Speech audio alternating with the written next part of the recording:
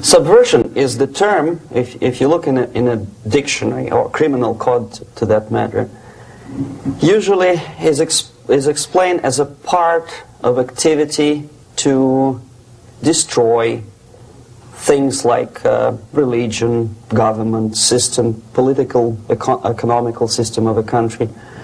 And usually it's linked to espionage and such romantic things as blowing up bridges, sidetracking trains, cloak and dagger activity in Hollywood style.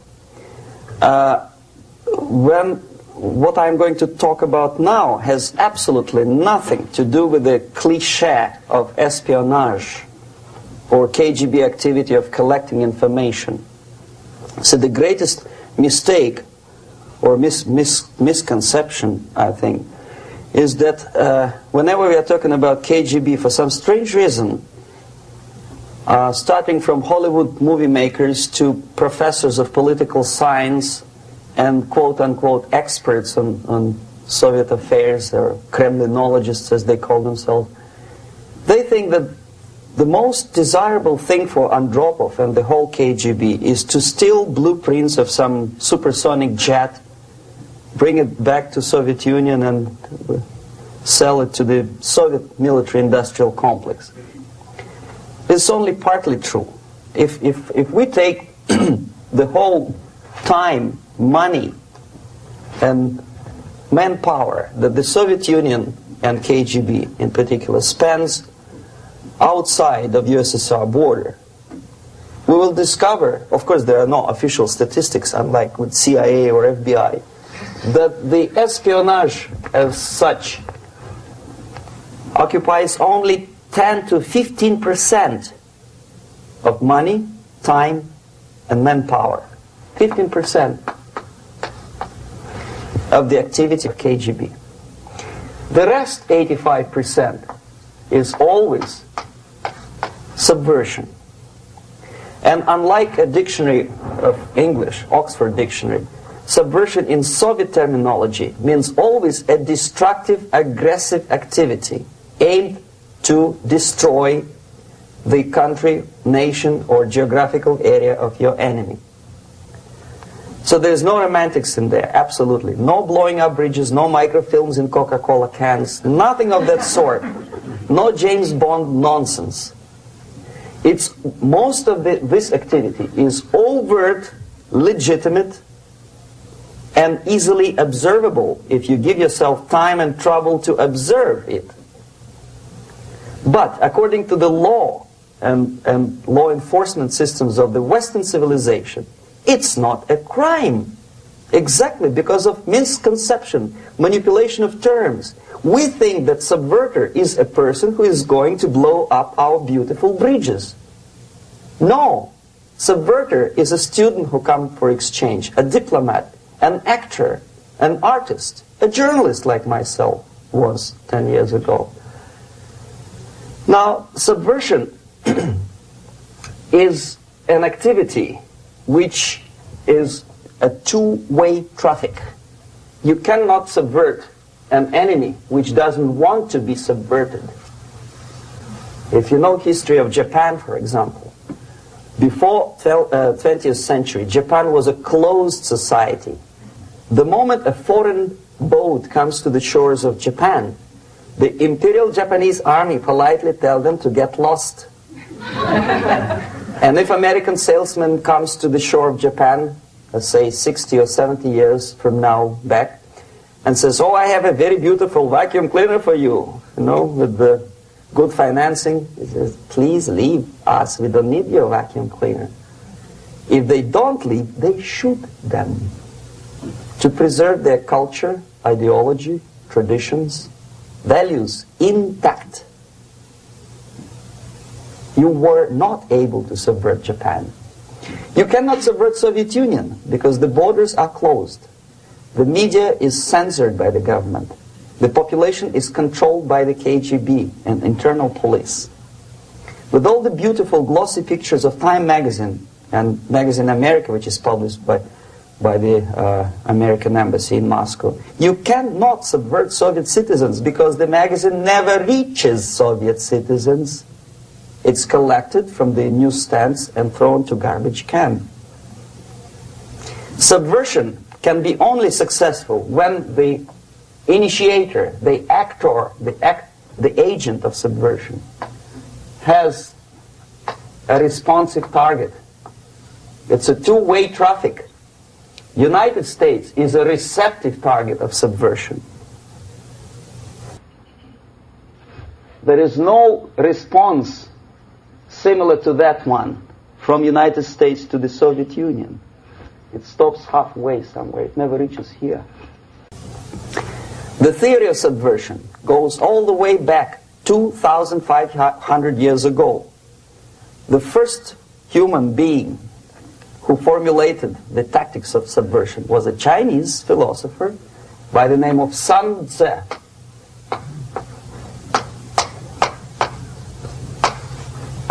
2,500 years BC. He was an advisor for several imperial courts in ancient China.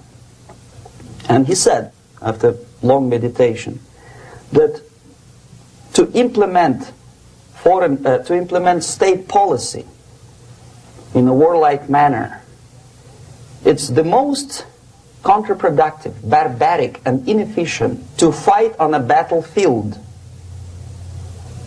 You know that war is continuation of state policy, right? So if you want successfully to implement your state policy and you start fighting, this is the most idiotic way to do it. The highest art of warfare is not to fight at all, but to subvert anything of value in the country of your enemy, until such time that the perception of reality of your enemy is screwed up to such an extent that he does not perceive you as an enemy, and that your system, your civilization, and your ambitions look to your enemy as an alternative, if not desirable, then at least feasible. Better red than dead. That's the ultimate purpose, the final stage of subversion, after which you can simply take your enemy without a single shot being fired, if the subversion is successful. This is basically what subversion is. As you see, not a single mentioning of blowing up bridges. Of course, Sun Tzu didn't know about blowing up bridges. Maybe there were not that many bridges at that time.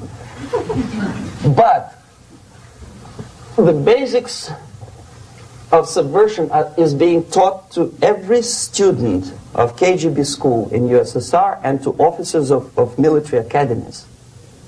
I'm not sure if the same author is included in the list of reading for American officers, to say nothing about ordinary students of political science.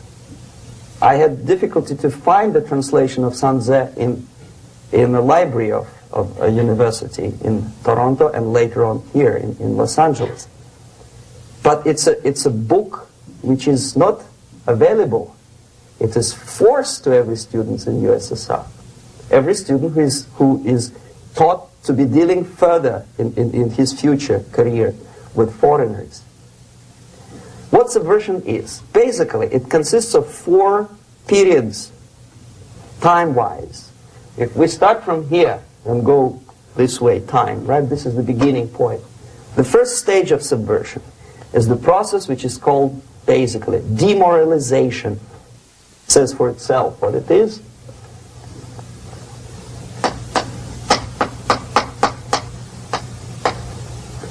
It takes from, say, 15 to 20 years to demoralize a society. Why 15 or 20 years? This is the time sufficient to educate one generation of students or children. One generation, one lifetime span of a person, a human being, which is dedicated to study, to shaping up the outlook, ideology, personality. No more, no less. Usually it takes from 15 to 20 years. What it includes? It includes influencing, or by various methods, infiltration, propaganda methods, direct contacts, doesn't really matter. I will describe them later. Of various areas where public opinion is formulated or shaped. Religion, educational system, social life, administration, law enforcement system, military, of course, and labor and employer relations, economy. Okay? 5 areas. I will not write them down because we will not have enough space. Sometimes when I describe all the methods, students ask me question, are you sure this is the result of the Soviet influence? Not necessarily. You see, the tactic of subversion, about which I'm talking, is similar to the martial art, the Japanese martial art. If some of you are familiar with that tactic, probably you will remember that if an enemy is bigger and heavier than yourself, it would be very painful to resist his direct strike. If a heavier person wants to strike me in the face, it would be very naive and counterproductive to stop his blow. The Chinese and Japanese judo art tells us what to do. First to avoid the strike, then to grab the fist and continue his movement in the direction where it was before, right? Until the enemy crashes in the wall. You see? So, what happens here? The target country obviously does something wrong.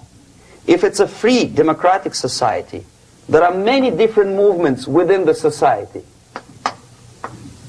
There are obviously, in every society, there are people who are against this society. They may be simple criminals, ideologically in disagreement with the state policy, conscientious enemies, simply psychotic personalities who are against anything. Right? And finally, there are a small group of agents of a foreign nation, bought, subverted, recruited. Right? The moment all these movements will be directed in one direction, right? This is the time to catch that movement and to continue it until the movement forces the whole society into collapse, into crisis, right? So that's exactly the martial art tactic. We don't stop an enemy. We let him go. We help him to go in the direction we want them to go. Okay? So, on the stage of demoralization, obviously there are tendencies in each society, in each country, which are going to opposite direction from the basic moral values and principles. To take advantage of these movements, to capitalize on them, is the main purpose of the originator of subversion. So we have religion, we have education, we have social life, we have power structure, we have labor relations, unions, and finally we have law and order. 1, 2, 3, 4, 5, 6. Okay? These are the areas of application of subversion. What it means exactly?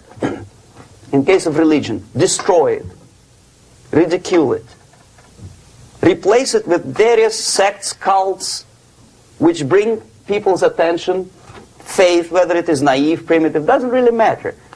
As long as the basically accepted religious dogma is being slowly eroded and taken away from the supreme purpose of religion, to keep people in touch with the supreme being, that serves the purpose. Therefore, replace it, accepted, respected religious organizations with fake organizations. Distract people's attention from the real faith and attract them to various different faiths. Education. Distract them from learning something which is constructive, pragmatic, efficient. Instead of mathematics, physics, foreign languages, chemistry, teach them history of urban warfare, natural food, home economy, your sexuality, anything, as long as it takes you away, okay, Social life. Replace traditionally established institutions and organizations with fake organizations. Take away the initiative from people. Take away the responsibility from naturally established links between individuals, group of individuals, and society at large, and replace them with artificially, bureaucratically controlled bodies. Instead of social life and friendship between neighbors, establish social workers institutions. People who are on payroll of whom? Society? No. Bureaucracy. The main concern of social workers is not your family, not you, not social relations between groups of people. The main concern is to get the paycheck from the government. What will be the result of their social work doesn't really matter. They can develop all kind of concepts to show to the government and to the people that they're useful. Okay. Away from the natural links. Power structure. Okay. The natural bodies of administration, which are traditionally either elected by people at large or appointed by elected leaders of society, are being actively substituted by artificial bodies. The bodies of people, groups of people, whom nobody elected. Never. As a matter of fact, most of the people don't like them at all, and yet they exist. One of such group is media. Who elected them? How come they have so much power? Almost monopolistic power on your mind. They can rape your mind. But who elected them? How come they have a nerve to decide what is good and what is bad for the elected by you, president, and his administration? Who the hell are they? Spiro Agnew, who was hated by the liberal left, called them a bunch of enfeebled snobs. And that's exactly what they are. They think they know. They don't. The level of mediocrity. In a big establishment like New York Times, Los Angeles Times, major television network, you don't have to be excellent journalist. You have to be exactly a mediocre journalist. That's easier to survive. There's no competition anymore. You have your good, nice income, $100,000 a year. That's it. Whether you are better or worse doesn't really matter anymore. As soon as you're smiling to the camera and do your job. That's it. No more competition. Power structure slowly is eroded by the bodies and groups of people who do not have neither qualification nor the will of people to keep them in power, and yet they do have power. Okay. Together with that, there is another process. Law enforcement, law and order organization and structure is being eroded. For the last 20, 25 years, if you see old movies and new movies, you can see that in new movies, a policeman, an officer of the United States Army looks dumb, angry, psychotic, paranoid. A criminal looks nice, kind of, well, he smokes hash and shoots the whatever drug, but basically he's a nice human being. He's creative. And he's unproductive only because society oppresses him. Whereby a general of Pentagon is always by definition a war maniac. A policeman is a pig, rude policeman. He abuses his power. You know? A generalization like that. The hatred, the mistrust to the people who are supposed to protect you and enforce law and order. Moral relativity. The Angelo Buono process lasted 2 years in Los Angeles. And yet there are still some lawyers who say, look, he's a nice character, as a matter of fact. There was some witness who said, also a criminal, who said, well, he's a nice guy. I asked him one day to burn a house of my enemy, and he wouldn't do it. Nice fella. Erosion. A slow substitution of basic moral principles, whereby a criminal is not a criminal actually. He's a defendant. Even if his guilt is proven, there is still a doubt to kill or not to kill, to be or not to be. Thou shalt not kill, yes, but this line may not necessarily be applicable to a murderer. Thou shalt not murder. That should be the presumption, not that thou shalt not kill. Okay, labor relations. At this stage, within 15 to 20 years, we destroy the traditionally established links of bargaining between employer and employee. The classical Marxist-Leninist theory of natural exchange of goods. Person A has 5 sacks of grain and person B has 5 pairs of shoes. And the natural exchange without money is when they bargain between each other. And only with the introduction of the third force, C, an entirely third foreign stranger who says, no, don't give him 5 sacks of grain, give it to me. And you give me your 5 pairs of shoes, and I will distribute it accordingly, so that the economy will go. This is the death of natural exchange, death of natural bargaining. Well, trade unions were established 100 years ago. The objective was to improve working conditions and to protect the rights of workers from those employers who were abusing their right because they had more money. Objectively, at that time, initially, the trade union movement did work.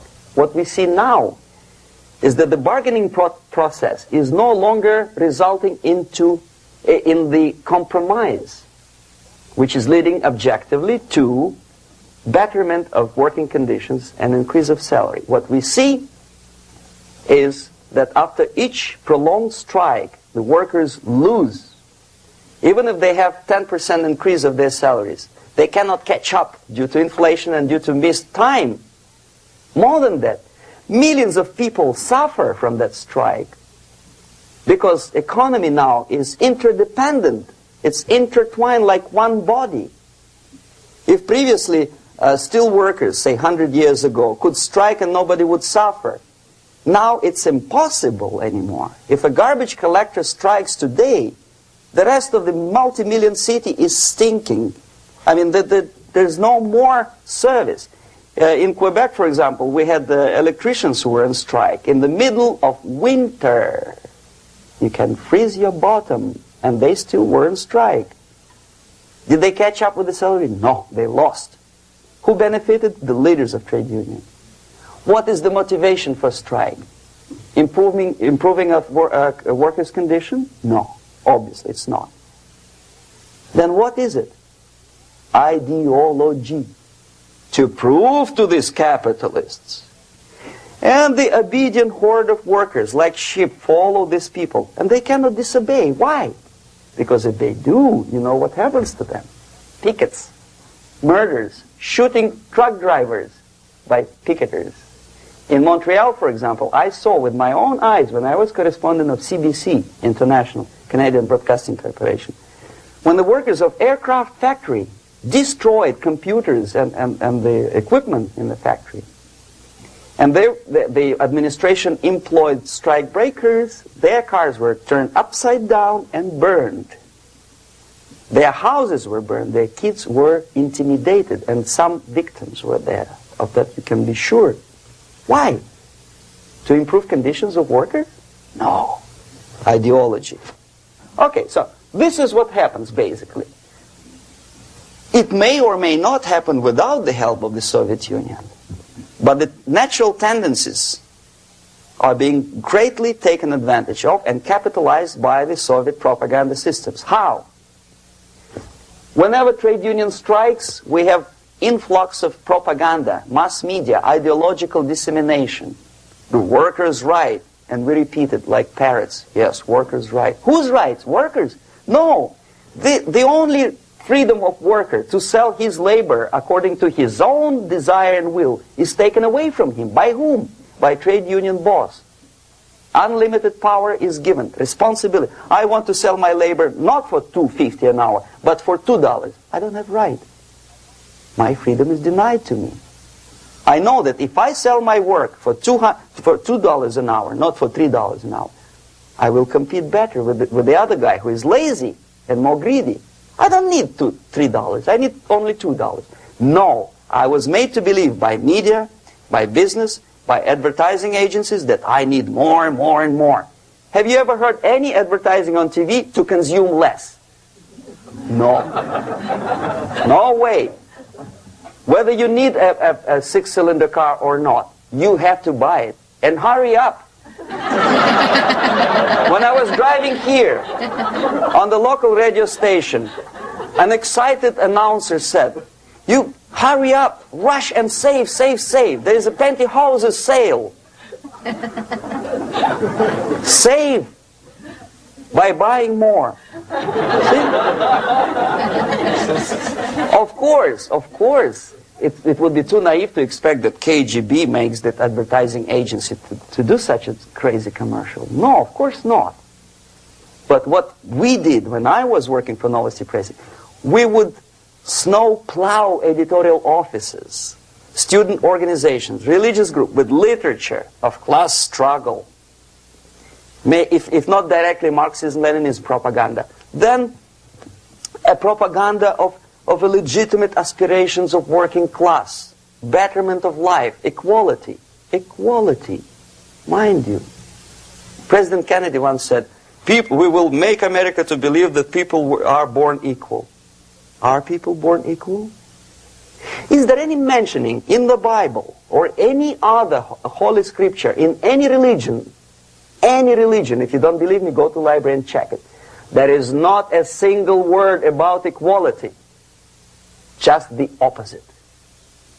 By your deeds, God will judge you. What you do is important. The merit of your personality. You cannot legislate equality. If you want to be equal, you have to be equal. You have to deserve it. And yet we build our society on the principle of equality. We say people are equal. We know it is false. It's a lie. Some people are tall and stupid. Others are short, bold, and clever.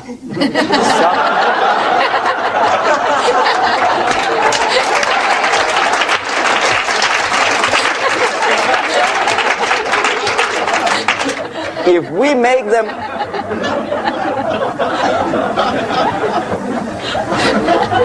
make them equal by force, if we put the principle of equality in the basis of our socio-political structure, it's the same thing as building a house on sand. Sooner or later it will collapse, and that's exactly what happens. And we, as Soviet propaganda makers, are trying to push you in the direction which you go yourself. Equality, yes, equality. People are equal. Land of equal opportunities. Is it true or not? Think about it. Equal opportunities. Should there be equal opportunities? For me, and for a lazy bastard who comes here from some other country and immediately registers as a welfare recipient, benefits? I never received a single dollar. No, sorry, I did receive once. But I never applied for welfare. For the 13 years, I took any job. Security guard, journalist, taxi driver, anything. Well, I was restless, but some people don't like it. They immediately. So why should we have equal opportunities? Why? The equal opportunity to excel. Equal opportunity in equal circumstances, yes, but we know people are different. To excel, yes, provided we reach the same level of excellency, perfection, which is hypothetical, distant future. Yes, maybe. But we know perfectly well that even with the best intentions, people could not be equal. Why should we have equality in the, say, legal system? Myself, I'm considering myself a law-abiding citizen, and a person who comes here to rob and shoot, say, the United States administration under Carter imported thousands of Cuban criminals. They were non-criminals, yet they were accepted. Do you think it's fair if myself and my wife from Philippines, who work like horse as a lab technician in a hospital should have the same rights as a criminal from Cuba? Why? And yet we repeat as parrots, equality, equality, equality. And the Soviet propaganda system helps us to believe that equality is something which is desirable. Democracy, as it was established by fathers of this country, of this system in the last century, is not equality. It's the system where different people, unequal people, have a chance to survive and help each other in constant competition, in constant perfection, not in equality, which is superimposed from a godfather or a nice person in Washington, D.C. And the absolute equality exists in Soviet Union, quote-unquote equality. Everybody is equal in dirt, except some people are more equal than the others in Politburo.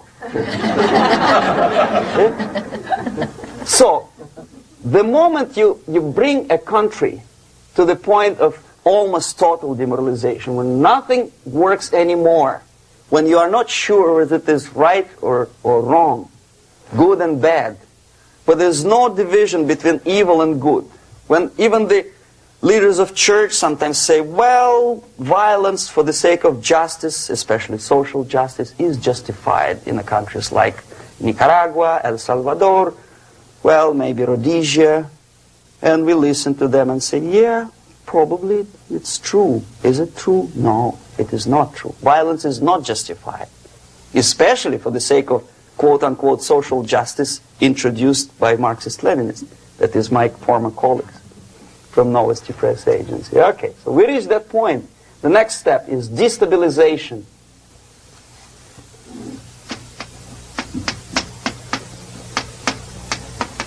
Again, this word says for itself what it is. To destabilize all the relations, all the accepted institutions and organizations in a country of your enemy. How you do it? You don't have to send a battalion of KGB agents to blow up bridges. No. You let them do it themselves. The area of application is, again, it's narrower now. Not like the previous case. The overt legitimate actions of the KGB in this case would be hardly noticeable. There is no crime if a professor who recently went to USSR introduces a course of Marxism-Leninism in a Californian college, for example. Nobody is going to come to his doorstep and say, okay, mister, come, you are under arrest. No, it's not a crime. It's not even considered a moral crime against your country. So the area of application here is narrowing down to economy, again labor relations, right? To law and order, plus military. And economy, law and order. Yes, and again the media, but wider scope, little bit different. I'll explain it later. Okay, basically 3 areas. Economy. The radicalization of bargaining process. If on that stage we still could achieve, theoretically, some positive compromise between the negotiating sides with say, the arbitrary introduction of arbitrary judges, a third side, objectively judging the demands of both sides. Here it's radicalization.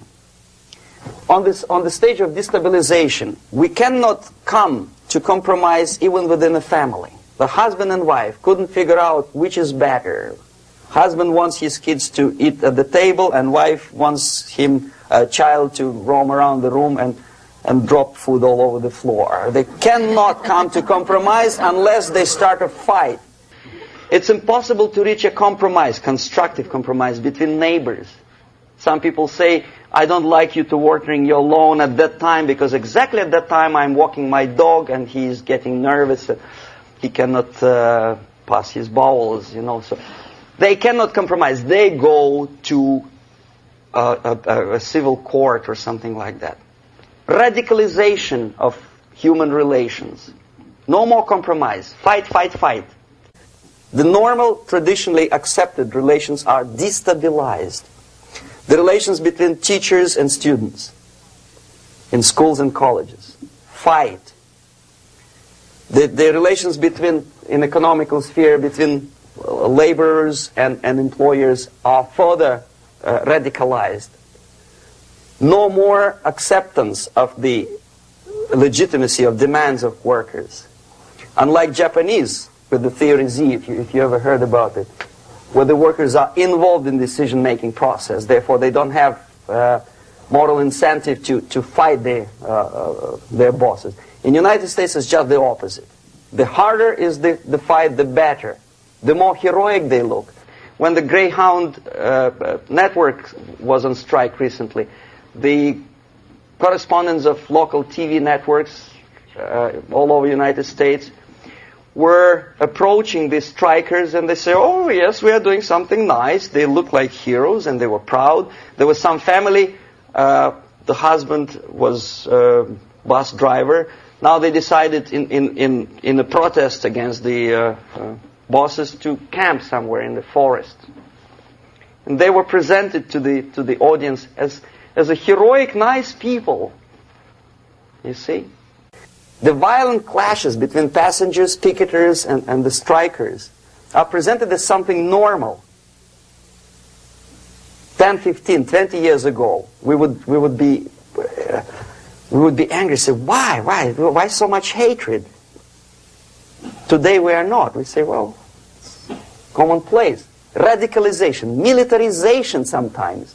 As I explained on that stage, I took a step a little bit further. Shooting people. Okay, law and order now also is pushed into the area where previously people settled their differences peacefully and legitimately. Now we are getting with this court cases in the smallest irrelevant cases. We cannot solve our problems anymore. The society at large becomes more and more antagonistic between individuals, between groups of individuals, and the society at large. The media puts himself in the opposition to the society in general, at large.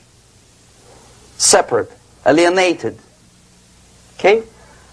On that stage, you remember I was talking a couple of hours ago about the sleepers. That's when the students from, say, United States, if they are trained in Lumumba University, or developing nations, that's the students I was dealing with, are being sent back from the Soviet Union here. Or if they were already in the United States, in the country, which is the object of subversion, they spring to action. The sleepers go up. They slept for 15 to 20 years. Now they become leaders of groups, preachers, I don't know, public figures. Prominently they actively include themselves in a political process. All of a sudden we see a homosexual. 15 years ago he did his dirty job and nobody cared. Now he makes it a political issue. He demands recognition, respect, human rights, and he rallies a large group of people. And there are violent clashes between him and police, his group and ordinary people, no matter what. It's black against white, yellows against green, doesn't matter where the division line goes. As long as this group come into antagonistic clash, sometimes militantly, sometimes with firearms, that is destabilization process. The sleepers, many of whom are simply K.G.B. agents, become leaders of the process of destabilization. Doesn't mean that Comrade Andropov sends Comrade Ivanov to the United States. The person who takes care is already here. He is a respected citizen of the United States. Sometimes he gets money from various foundations for his legitimate struggle for, I don't know, human rights, women's rights, kid lib, prison lib, whatever. There are sympathetic Americans who donate their money to him. Destabilization process usually leads directly to the process of crisis. In case of developing nations, that's the area where I was active. The process starts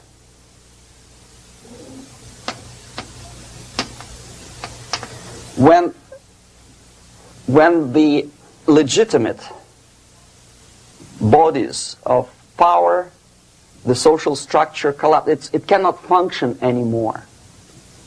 So instead, we have artificial body injected into society, such as non-elected committees. You remember I was talking about them here.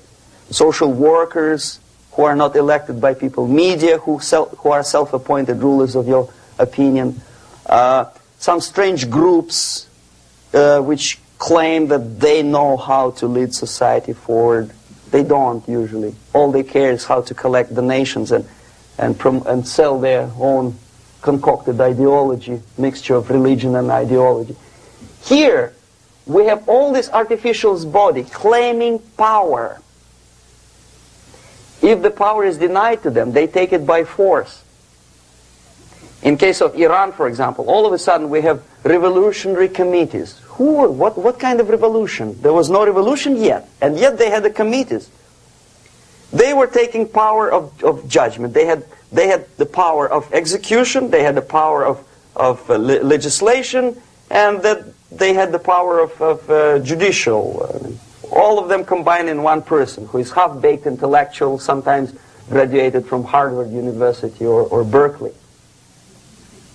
He comes back to his country and he thinks that he knows the answer to all the social, economical problems. Okay? Crisis is when society cannot function anymore productively. It collapses, obviously. That's the word for crisis. So therefore, the population at large is looking for a savior. The religious groups are expecting a messiah to come. The workers say, we have family to feed. Let's have a strong government, maybe socialist government, centralized. When somebody put the employers on their place and let us work. We are sick and tired of going to strike and missing overtime and all that stuff. We need some strong man, strong government, a leader, a savior is needed. Population is sick and tired already. And here we are. We have a savior. Either a foreign nation comes in, or the local group of leftists, Marxists, no matter what they call themselves, Sandinista, a reverend or some sort, Bishop Muzureva, like in Zimbabwe, doesn't matter. A savior comes and says, I will lead you. So we have two alternatives here. Civil war, an invasion. Okay? See how it goes? Civil war, we know what it is. Lebanon is the best example. The civil war, which was artificially implanted in Lebanon by injection of force of PLO, Palestinian Liberation Organization. Invasion we had in many other countries like Afghanistan, name any East European country, it was invaded by the Soviet army. But the result is the same. The next stage is normalization. Normalization is a very ironic word, of course. It is borrowed from 1968 situation in Czechoslovakia, when the Soviet propaganda, and after them New York Times, declared the country is normalized. The tanks moved into Prague, so there's no more Prague Spring, there's no more violence. Normalization. At that stage, the self-appointed rulers of the society don't need any revolution anymore. They don't need any radicalism anymore. So this is the reverse from destabilization. Basically, it is stabilizing the country by force. So all the sleepers and activists and social workers and liberals and homosexuals and professors and Marxists and Leninists are being eliminated. physically sometimes. They've done their job already. Okay? They are not needed anymore. The new rulers need stability to exploit the nation, to exploit the country, to take advantages of the victory. Okay? So no more revolutionaries, please. And that's exactly what happens in a number of countries. You remember Bangladesh? This is the crisis in which I was instrumental. First they had Mujibur Rahman. In 1971, he was the leader of People's Party, Awami League, with mustache like Stalin. He was in Russia many times. In 5 years, he was shot by his former colleagues, Marxists. He fulfilled his function. In Afghanistan, it happened 3 times. First there was Taraki, then there was Amin, now there's Babrak Karmal. They killed each other successively, one after another. The moment he fulfills his duty, the first one demoralized country, the second destabilized, the third one brought it to crisis. Goodbye, comrades. Babrak Karmal comes from Moscow and put into the seat of power. Same thing happened in Grenada recently. Maurice Bishop, Marxist, was killed by Austin, what's his name, General something, who was also a Marxist. Right? So no more revolutions, please. Normalization now. From now on, no more strikes, no more homosexuals, no more women lib, no more kid lib, no more lib, period. A good, solid, democratic, proletarian freedom. That's it. Now, to reverse this process takes enormous effort. When today, United States had to invade Grenada to reverse the process of subversion. Some people say, boy, this is not good, it's not kosher to invade the beautiful country, island of Grenada. Well, why didn't you stop the process here, when Grenada was just approached by leftists?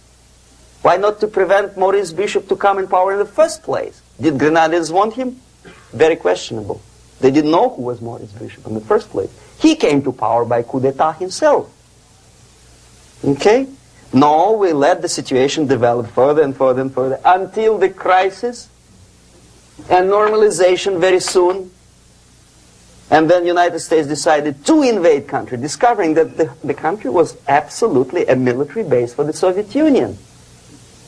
Of course it's a drastic measure. Of course it's a pity that Marine Corps had to lose, what, 17 lives. Very bad. Why not to stop the process before it comes to crisis? Oh no, intellectuals will not let you. It's interference into domestic affairs. They are very careful not to let American administration to interfere in domestic affairs of Latin American countries. They don't mind Soviet Union interfere in these affairs. Okay. So to reverse this process, from here, it takes only and always military force. No other force on earth can reverse this process at this point. At this point, it does not take military invasion of the United States Army. It takes strong action, like in Chile. A CIA covert involvement to prevent the savior from outside to come into power and to stabilize country before it erupts into civil war. Okay? Support the right-wing conservative forces. By money, by crooks or love, doesn't matter. Stabilize the country. Don't let the crisis develop into civil war or invasion. Oh no, your liberals will say it's against the law. The Congress will not appropriate money for covert actions of CIA. Why not? Should we wait till the normalization come and Soviet tanks land in Los Angeles airport? Now, at that point, at the point of destabilization, also the process could be reversed. Again, easily than this. No CIA involvement at this point. You know what it takes here? Restriction of some liberties for small groups which are self-declared enemies of the society. As simple as that. Oh no, the media and liberals will tell you this is against the American Constitution. How can we, by force, deny the civil rights to criminals, for example? It's not good. Okay? So we allow them to. okay, if you allow the criminals to have civil rights, go on and bring the country to the crisis. This is a bloodless way to do. Curb the rights. I mean, not to put them in prison. No, I'm not talking about putting all the gays from San Francisco in the concentration camp. Do not allow them to take political force. Do not elect them to the seats of power, whether it is municipality level, state level, or federal level. It has to be beaten in the heads of American voters that a person like that in the seats of power is an enemy. Do not be afraid of this word. It is an enemy. If he is not an enemy here, he will be here. Later on, he will be shot, of course. But at this point, he is an enemy. Okay? You are doing great service by denying him a right to capitalize on his own crazy ideas and become a powerful man, a man who uses the seat of power.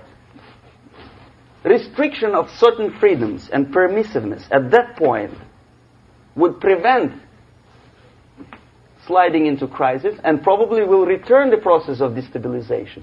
To curb unlimited power, monopolistic power of trade unions, here, at that point, would save economy from collapsing. To introduce a law to stop private companies of raping public opinion's mind in the direction of consumerism. No company must have a right to force you into buying more unless you want it. There must be a law. You want to advertise your car? Okay. But not a single mentioning of buying it now and saving money. It must be against the law to force people to consume more. Self-restraint. Previously, before this process started, the self-restraint was a business of church, religion.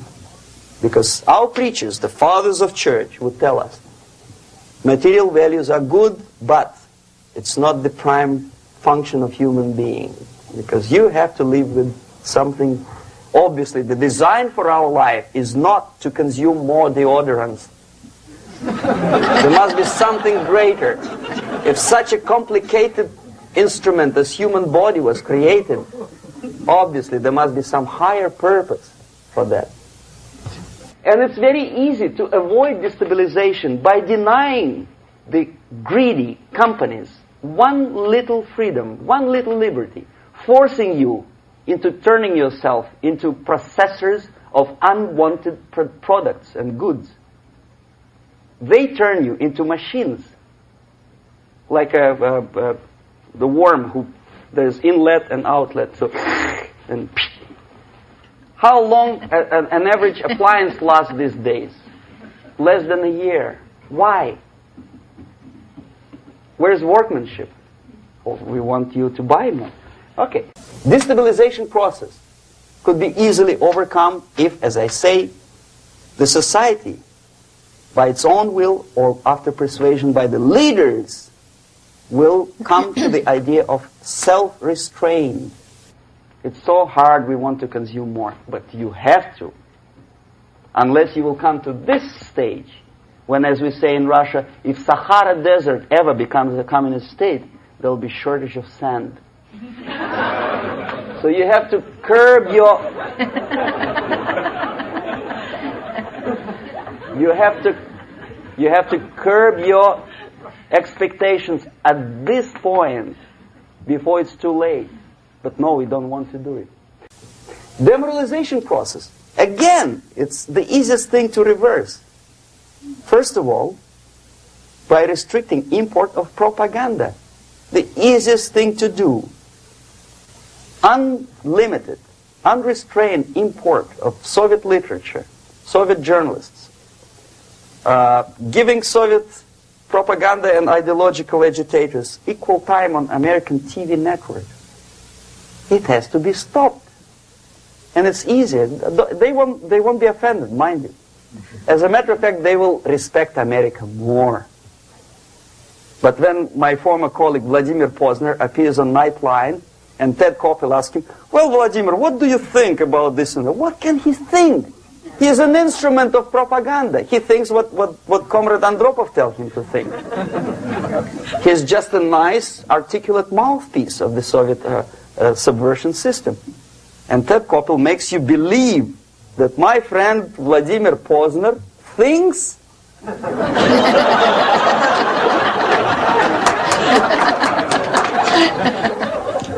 the process of demoralization may not have started at all if at that point the country, which is a recipient of subversion, actively, not violently, but actively, prevents importation of foreign ideology. I don't want America to follow the pattern of ancient Japan. You don't have to shoot every foreigner when it approaches the sacred borders of the United States. But when he offers you a junk in the disguise of very shiny something, you have to tell him, no, we have our own junk.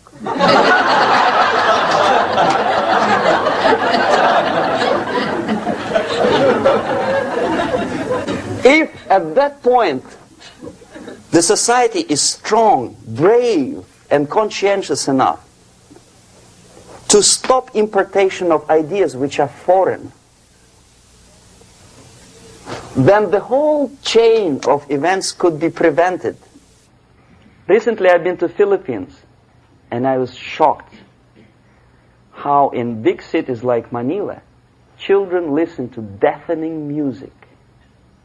A melodious nation with long traditions of good, nice ethnic music, introduced by Spanish long time ago, maybe 2 centuries, 3 centuries ago, I don't remember how long. All of a sudden listen to musical garbage, blasting their radios at full blast, at full volume. Why? In India, I spent many years watching the reactions of Indians walking out of movie theaters after seeing Hollywood production. They couldn't figure out why Americans are so wasteful. They smash their cars, their shiny cars, every 5 minutes. How come they shoot each other for $500,000? Is it true that they are so obsessed with sex? Can you imagine showing a movie where each 5 minutes there's a copulation on the screen to a country like India with long tradition of respect to these private matters, or to Pakistan? And United States expect these people to respect you? No way. Oh yes, they will see the movie, they'll pay 5 rupees to see that garbage, but they walk out and will tell their kids, don't respect Americans, don't be like Americans. See? So, the process of demoralization could be stopped right here, both as an expert and as an import. And that takes one step, one very important thing to do. You don't have to expel all the K.G.B. agents from Washington, D.C. The most difficult and at the same time the simplest answer to the subversion is to start it here and even before, by bringing back the society to religion, something that you cannot touch and eat and put on yourself, but something that rules society and makes it move and preserve it. A Soviet scientist, Shafarevich, who has nothing to do with religion, he is a computer scientist, did a very intensive research on the history of socialist countries.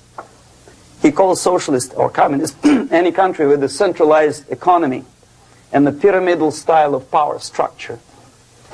And he discovered, actually he didn't discover it, he just brought to attention of his readers, that civilizations like Mohenjo-Daro in the river Indus area, like Egypt, like Maya, Incas, like Babylonian culture, collapsed and disappeared from the surface of Earth. The moment they lost religion, as simple as that, they disintegrated. Nobody remembers about them anymore. Well, distantly. So, the ideas are moving society and keeping mankind as a society of human beings, intelligent, moral agents of God.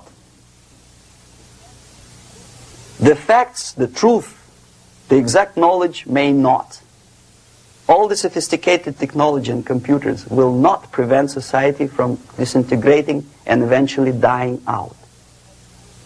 Have you ever met a person who would sacrifice his life, freedom, for the truth like that? This is truth. I never met a person who said, this is truth and I'm ready to shoot me. To defend the truth. Right? But millions sacrifice their life, freedom, comfort, everything for things like God. Like Jesus Christ. It's an honor. Some martyrs in the Soviet concentration camp died. And they died in peace. Unlike those who shouted, "Long live Stalin," knowing perfectly well that he may not live long. Something which is not material moves society and helps it to survive. And the other way around. The moment we turn into 2 by 2 is 4 and make it a guiding principle of our life, our existence, we die. Even though this is true, and this we cannot prove. We only can feel and have faith in it. So the answer to ideological subversion, strangely enough, is very simple. You don't have to shoot people, you don't have to aim missiles and Pershings and cruise missiles at Andropov's headquarters. You simply have to have faith and prevent subversion. In other words, not to be a victim of subversion. Don't try to be a person who in judo is trying to smash your enemy and being caught by your hand. Don't strike like that. Strike with the power of your spirit and moral superiority. If you don't have that power, it's high time to develop it. And that's the only answer.